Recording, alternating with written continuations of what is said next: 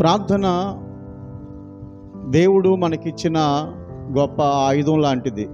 క్రైస్తవులకు, మరి ముఖ్యంగా ప్రభువుని ఎరిగిన పరిశుద్ధులకు ప్రార్థన అనేది దేవుడిచ్చిన గొప్ప ఆయుధం లాంటిది.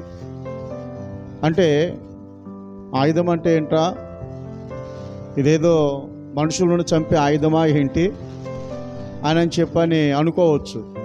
కానీ ఈ ఆయుధం అనేది మనుషులను చంపే ఆయుధము కాదు, అనేకులను బ్రతికించే ఆయుధం, అనేకులను నిత్య జీవములోనికి నడిపించే ఆయుధం, అనేకమైన కుటుంబాలను కట్టే ఆయుధం, అలాగనే అనేకులను ప్రభు తట్టు తిప్పి గొప్ప ప్రభావితం చేసే గొప్ప ఆయుధం అన్నమాట.